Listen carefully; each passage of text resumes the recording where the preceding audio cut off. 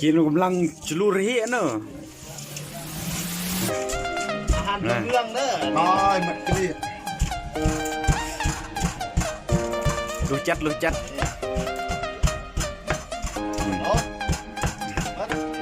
เปิดไฟอะไรอยู่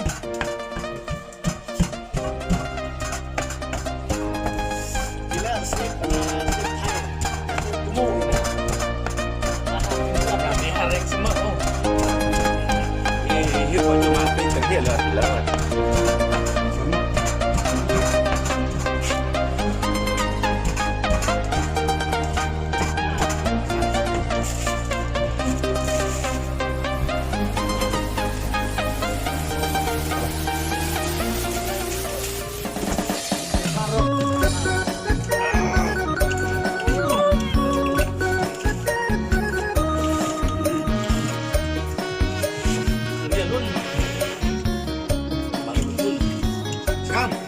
ไก่พุ่งเจ็ดมึงเยือนออกมาเลยวาง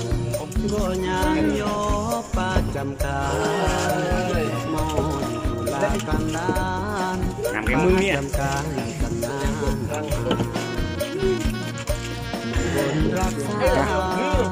เต็มเลยโอ้จะต้อนอจะได้เพิ่มไปรถรถไฟทัดจอดพอสักครั้งจนจะลงเสนออันตายอดทน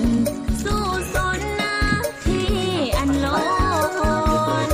เพื่อเจ็บเพื่อก่อนเต้งอันโลนนาทีตายผักลัดมอบหมายอันตายปกปักรักษาแหมบังยีที่น้องผู้สาอำอันโจรมานหาวีเสรเองจากโยก็พอนาทีตายยัดดับรีอีอานาที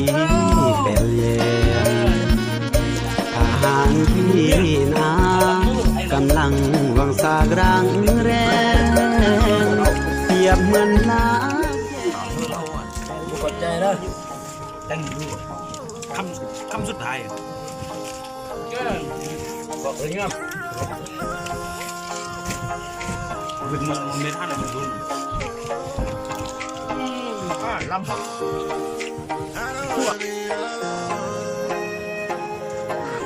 ไอ้